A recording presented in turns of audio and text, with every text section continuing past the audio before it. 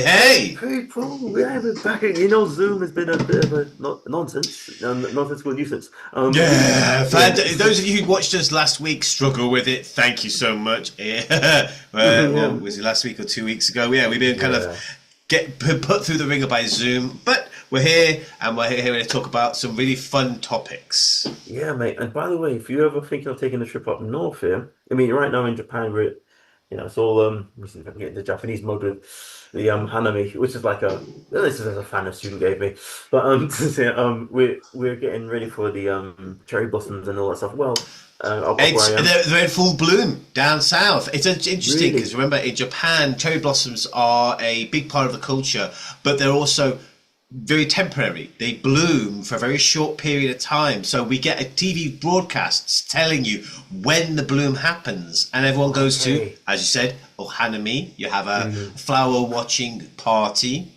and yeah. I'm going to one today. I'm going to a picnic. I've got my beers, got my snacks. I'm going with my girlfriend. We're going to sit down Oh, and have a nice Hanami, but probably by the river where there's lots of cherry blossoms, and we're going to sit and have a nice time. But gorgeous. yours haven't fully bloomed yet. Yeah. In fact, let me tell you something, people. You know what it's like over here? Let me tell you something right now. This is what it's like over here. It's snowing. Yeah. It's Ah, snowing you're in up north. April. Bloody hell, mate. Can you believe it? I mean, yeah, it's just bizarre. It's like, what the? So, yeah, I think we had plans that it was going to happen earlier, but yeah, no. Yeah, Oh, and that's down one more here thing. it's warm, it's breezy, and I'm already on antihistamines because the pollen count is kicking my ass. Oh my God, mate. I mean, it's kidding my missus too. I mean, we have bloody hell, what am I gonna say? Funnily enough, we have cherry blossoms that bloom in the snow around here. So it's such a the climate is so. I mean, yesterday it was pouring as rain, and then they are. So people, it's just a mixed bag up here in terms of weather. But when it happens, we'll let you know up north. Yeah, Japan's a Yeah. giant ass banana. The top Mm, is snowy, the bottom is tropical. You've got everything you need.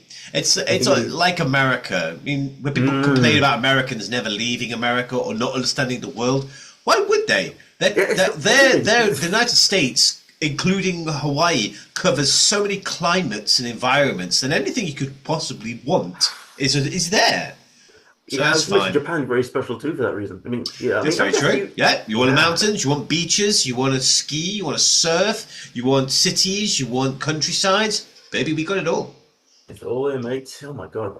Yeah, But this yeah, time of year all is right. always fun because for us it's the cherry blossom. It's Ohanami, cherry Mm. blossom parties, but it's also April Fools.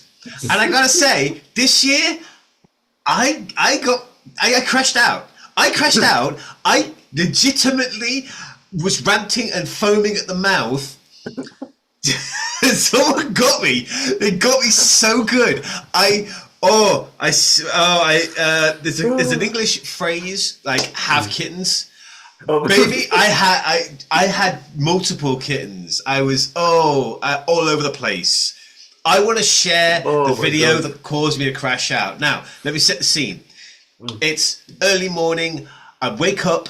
I'm on my futon. I'm nice and warm. I roll over. It's still a little dark. I'm like, okay, it's a little early. I can go back to bed. Let me just check the time. And I'll check the news. And I'll check YouTube just because, what of course you do. Yeah. I turn onto YouTube, my shorts pop up, and what happens? A familiar, trusted face jumps on, and he says to me, and I'm going to share sound, Ah, ah, and good grief. uh, bu- bu- bu- Jason Wheatley pops up, and he says this. We at Microsoft are happy to announce that we have purchased Steam for $10 billion dollars and are excited to combine Xbox and Steam into a long-lasting partnership. What? Oh, Microsoft bought Steam?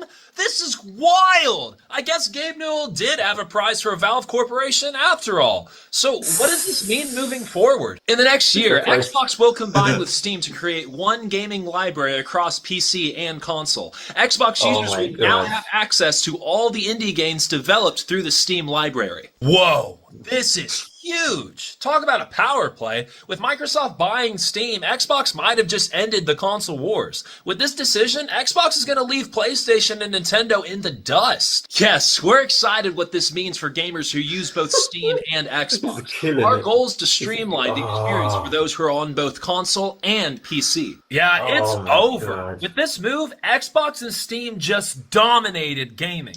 We at Microsoft are... This broke me. This guy broke me because I'm a console gamer predominantly, but that means that I have I have a fragmented library. I have a few games here, a few games there, and I play across different platforms. I'm currently playing a Pokemon Fire Red in Japanese to practice my Japanese. I'm also trying to finish God of War Ragnarok, which I started last year, put it aside, but I finally got a bit of time, so I'm kind of delving into that. But a lot of my games are on Steam. I play the Steam Deck primarily. That's my number one way of playing games. And I don't want Microsoft to get their hands on it because they'll just break it. I'm like, I saw this. I woke up. I got nothing but my underwear on. I got crust in my eyes. I'm barely awake, and I just heard that Microsoft bought Steam and was going to destroy everything. And I panicked. I had a fucking crash out. Pardon my language. I crashed out in bed. I'm like, no. I had to jump up. I'm in my underwears. Just in my underwear, sitting on the computer, like pulling up news feeds, checking out the Independent, and checking out different news networks. Is this a thing? And of course, no, it's not a thing. No. It's a joke. He's lying. Red face right there. but he's just like, but this is his format. I like Jason Wingby's work. I like this guy's work. I appreciate that he has this funny kind of satirical forward and backward dialogue between companies and the consumer, and he just presented this argument as if it was real. Wow. He got me. It was perfect. Wow. It was pitch perfect. It was like just coming out and going, oh yeah, Disney wants to buy Fortnite, and Disney just bought Fortnite. What? Yeah, Which is it's not outside the realms of possibility. If Microsoft could, they'd absolutely buy Steam. It's a privately owned company. It's not publicly traded. If it was publicly traded, Microsoft would already have a stake in it. But Steam is a private company. They have to agree to sell shares. So Microsoft just can't do anything. But damn, man, that is crazy. That was well done, and I got to say, because I mean, guys, if you those of you who don't know, there's a YouTube channel that I'm keen on myself. We should both follow his. Well, I guess me also. Guru Larry. Yes. You've mentioned him before. Yeah, he's done quite a bit of extensive research on how Microsoft has bought companies and destroyed them. And so if that happened to Steve, I mean, I was going to say the best thing about that short you showed, it was very convincing as an example. It convinced me because he wasn't like him, like satirically doing it. He was just straight faced. He was reporting it like he would report news. Yeah, and I mean, after I sat down and thought about it, wait a minute. Microsoft has slowly been phasing out Xbox. There have been credible discussions about whether they're going to continue doing Xbox. I'll go the way of Sega. I'll be a publisher rather than a console producer. They're already the new head of Xbox division in Microsoft used to work in AI. So they're clearly going to push in that direction. Purchasing Steam is a massive investment that, it's a benefit. Yeah, I mean, having the Steam library at your hand and everyone who plays games on Steam going to Microsoft now is, it's a moneymaker. But 10 billion. Yeah, I was going to say 10 billion is a bit too. I mean, if I was Steam, I'd say that's not enough. 10 billion in today's economy, it's like, nah, man, at least a bit more. So that's one thing. And then the other hand, you've got the oh my gosh, I'm so excited just blathering here.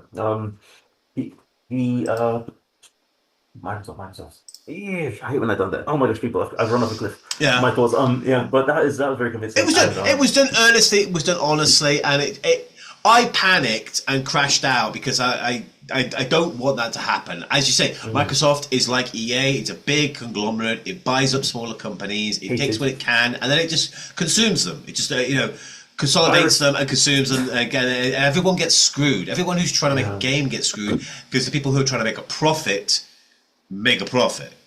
Yeah. But then I saw a second video. Oh my gosh! This one. We watched this guy last week, Raid Bohem. The funny angry ginger. Yeah. He had a video and boom, and immediately I went, oh god, what's he gonna do? Check this out. So we go boom, here he is. Bam. Leak that we're making an Ocarina of Time remake! Sir, we're trying our best to find out who. Everyone knows the Zelda remake is coming out around Christmas now. And on top of that, our entire 2026 and 2027 lineup. So everyone knows we're making a new Mario game too. It's about time! It's almost been 9 years since Mario Odyssey came out. Tell me they ain't leaked a new Star Fox game. They know everything, sir. They know that the new Star Fox is coming this summer. That it's gonna be like a classic Star Fox game. And that there will be multiplayer. This can't get any worse! Well, the leak also shows that our new Switch sports game is coming in the summer as well. What about Splatoon Raiders and Fire Emblem 4 League 2? Lock everything down! So you see, oh my god, this guy's video drops and it's like, hey, new leak, Ocarina of Time remake. I'd heard about this, but he was leaning into it. Then he goes, new Star Fox, new Splatoon, new Fire Emblem, and brand new 3D Mario game. And I'm like, yeah, that sounds amazing. Wait a minute. I just panicked and ran in my underwear to the computer to check that the last guy was wrong. This feels like a prank. This feels like a joke. Oh my god. What freaked me out was, it's not! It's an actual leak! This has been corroborated by lots of other sources that the leak is true, and yeah, what they're claiming is that there is a new 3D Mario currently in development, in late stage development, that the Ocarina of Time is getting a full update, like a remake. Now, whether it's going to go the same wild or stay with the more linear style, but we're getting like a modern, upgraded Ocarina of Time, which is so exciting. And then we got the new Star Fox, but that's not surprising because we got a new Donkey Kong game not long after the first Mario movie, which prominently showed Donkey Kong. And once they announced that Star Fox was going to play a role in the new Mario movie, yeah, we got Donkey Kong in the movie, then he got a game to tie in, and now we're getting Star Fox in the movie. Yeah. So having the Star Fox game comes out feels appropriate.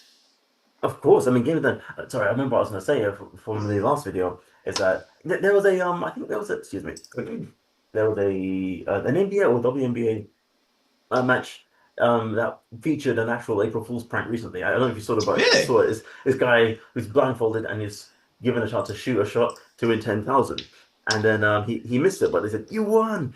But they took off the blindfold. Said, "Let's watch the replay." Oh, you didn't win. That's brutal. Yeah, I think this is what happened. What got a lot of political people talking about the anti sensitivity crowd, if you will, thing. And the basketball association, I don't know if it's W or just regular NBA, said, "Oh, we contacted the person, we apologize, and they were in on it, or what have you." All sort of excuses. And I'm thinking, I like that these people you showed us right now, committed to the bit. They didn't come back and say, I found it. Let me share. Let's go to share sound. Okay. The Wizards made a fan think he won $10,000 by pretending he made a blindfolded half-court shot. That's terrible. Oh my god! Somebody win! The mascots are going crazy! The contestants going crazy! The crowd is going crazy! Jackson! Oh my gosh! You didn't see it! We all saw it! Oh no! You want to see it? Alright, take a look at the screen for the replay. That was crazy. You go up with it right here, and you see how it just doesn't. It doesn't actually go in. Bruh. Oh, Bastards. oh, that is brutal. Mean. Oh, And that's the that's thing, people.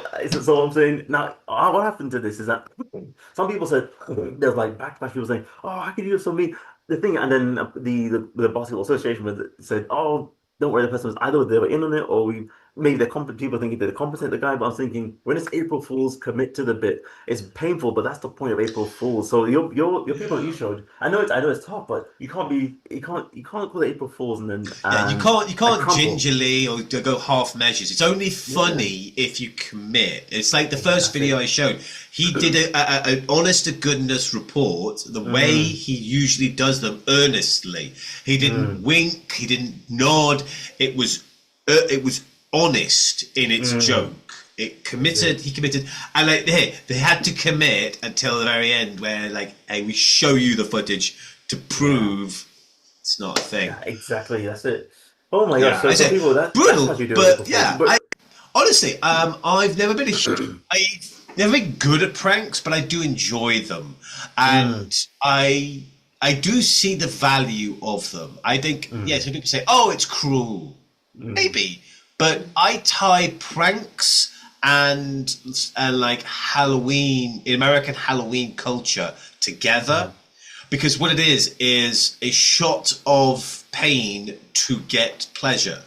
So, a prank is painful for you, the person who's been pranked. That's embarrassing or saddening, but other people can get a bit of enjoyment out of it. So you can step outside of yourself. It gives you an opportunity to step outside of yourself and go, yeah, this sucks for me, but everyone else is enjoying themselves, so it's not so bad.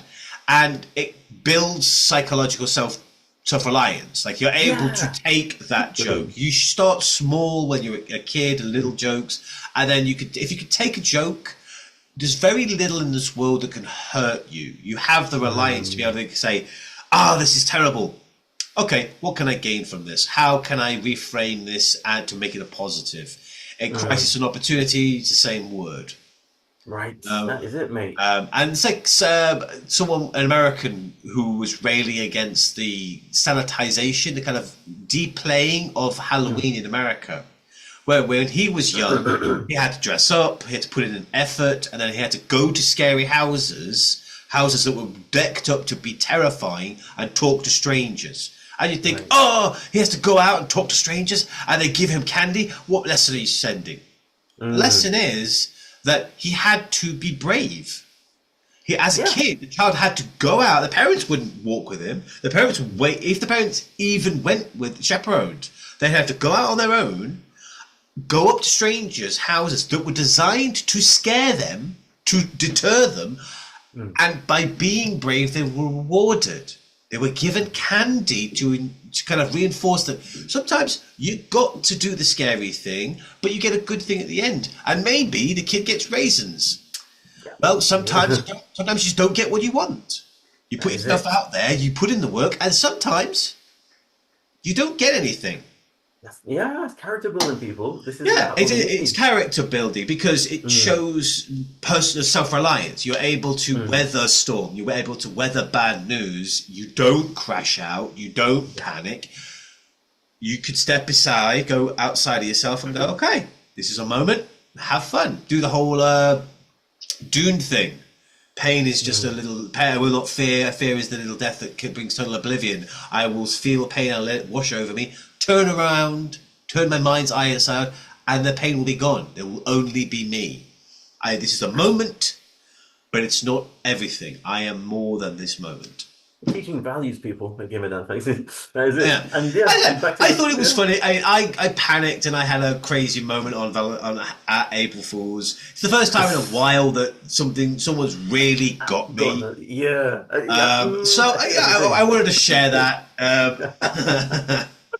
Let's say, what I went through was nothing compared to this dude. But even in the video, he's laughing alongside them. He's smiling. Exactly. So good for him. I know people might have said, "Oh, it's a little cruel," but dude took it as a joke.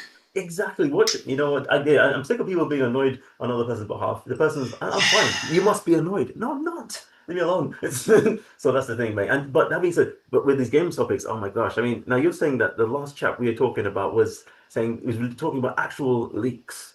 So he's mixed Yes, it in. yeah, it's true. It caught me off guard because he released it on April Fool's or the day after, and so I thought he was joking, but no, it was an actual leak. This thing, this is real information. Nintendo's is reportedly furious, and they are aggressively trying to find out where the leaks came from. Which does kind of lend itself to some validity, you know, the fact that the company's taking legal steps to punish those who reveal this information. That feels like real information. Yeah, and you remember, I dropped you a link to you in the week. I think Nintendo's attempting to patent something with the Pokemon got shut down by the US. Yes, we talked about this actually. When Pal World came out, it was similar enough that people could clearly see the inspiration, but it was distinct enough as a game. It wasn't the same style of game, and the creatures were distinct enough that they were a separate entity. But me and Nintendo were pissed because Pal World was quite popular, and people who were already angry at Pokemon for releasing subpar games all of a sudden had something else to spend money on. So people bought Pal World as gangbusters. At first, I think it was just a joke thing. Like, they wanted to screw Nintendo, so they were like, hey, let's just buy this cheap game. But the game's pretty good. By everyone who plays it, it's like, yeah, I actually like this game. It's fun.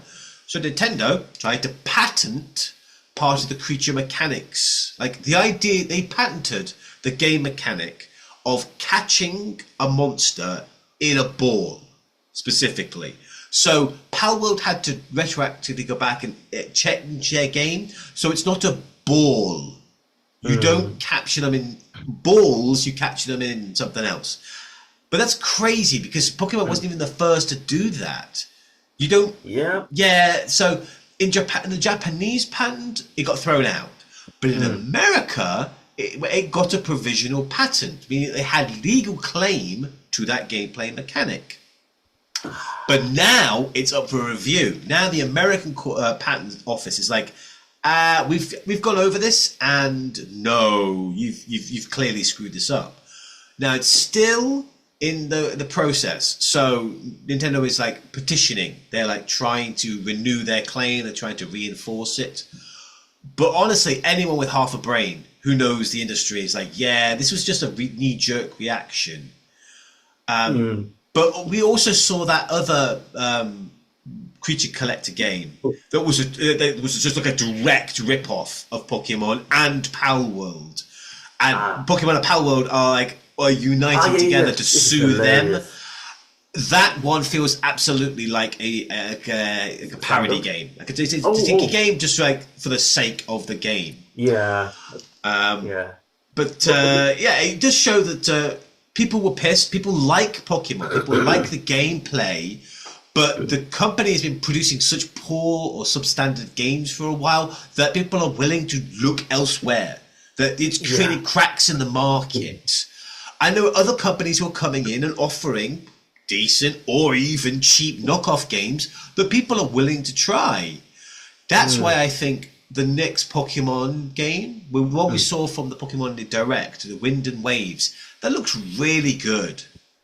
Right? Exactly. The Pokemon. But the new Pokemon game, Wind and Waves. Oh, sorry. We saw the trailer for that, and it's not coming out until next year. So it's going to be at least a year before we get it. I think that shows that the company's learned from their lessons. They realise that they're losing their market share. They've spent too much time building Pokeparks and making Pokemon centres and selling toys. They need to work on the core games. They need to reassure the fans that, we are a gaming company and the games are going to be there for you. So, I think the next one, I'm hopeful. I am excited. I think it could be really, really good. Dude, can I share something with you real quick? Sure, please. Here we go. So I never do this, given that you always do the sharing, but let me just see if I can jump in on the action. Yeah. I just want to mention something. Guru Larry mentioned about how aggressive patent trolling really can help a game. Oh, So look at yes. this one. A guy who patented he registered the name Edge in games. Maybe you know about this. Now, for such a cool sound. Yeah, sorry. It means rewind it, people. Sorry. So beginning 3, 2, 1. Press on edit. Now, for such a cool sounding word, have you ever wondered why so few video game titles have the word edge in them? No, neither have I, to be honest. But you can all thank this fella, Tim Langdale, for that. His first dispute was with Namco, of all people, who had just released a little-known arcade fighting game, you may have heard of it, by the name of Soul Edge. While it remained that in Japan, the international release had to be rebranded as Soul Blade. Not Yes. having a unified international name frustrated Namco so much that its sequel was again rebranded to Soul Calibur. Right. So you have Mr. Langdale to thank for screwing up the sequelization numbers of the Soul Edge Blade Calibur series. Yeah, and it goes on, but I'll just leave it there for people. But now, yeah, this is what happens, and he goes. By the way, if you keep watching that short, check out the Guru Larry. It's a short he's got up there. He goes after everybody. It's like he's a tyrant. And then eventually, he I think EA finally put a stop to him, and they say, yeah, enough of this, and they challenge his claim to the word, and then they make him actually tear up his own claim over the whole thing in the first place, because they have the pockets to deal with him. But he has like predatory ways of suing people on Friday, so they can't get legal representation. No, he wants something. You'll check out the video. He wants a decision made on Fridays because they can't get legal representation until Monday, and he goes after everybody. So now Nintendo's got like a reputation for being litigious and what have you, and. No, Yes. but here's the thing: when people love the underdog, or no, people like a giant slayer. That's the word I'm trying to say. When people find somebody being tyrannical with this lawfare, if you will, and this numpty finally gets taken to task, people cheer for the person. And now Nintendo have been again going after indie gamers and what have you for a while, and not just indie gamers, but yeah, kickstarting people, or crowdfunding passion project people, and all this. And they go after them super aggressively to the point where the masters have not gone into business in the first place. So when somebody finally gives them a good clap on the head, people are cheering against them. It doesn't mean we don't like Nintendo altogether. It just means that when they're getting silly and they're just kind of trying to claim patents over the whole thing, it just hampers everybody unnecessarily. So this is what Power World. You're absolutely right. Konami, years and years ago, back in the late 80s, early 90s, got a patent on mini games during loading sequences. Oh my god, people. I know, it feels like such a no-brainer, but they patented that, and that's why for the past 30 years, we haven't had them. The last time I actually played something during the game's loading was Bayonetta. And that was actually seen as kind of revolutionary because it wasn't a game, it was a training level. It was like a training room simulator. So I could practice the combos before the level while the level was loading. Because they were quite big, complex. They were, spectacle fighter style levels, what are sometimes called character action levels. They were big and bold, took a while to load. So give us a minute and a half of just practice. And that felt like a bolt of lightning. Why aren't we doing stuff while you're loading in the background?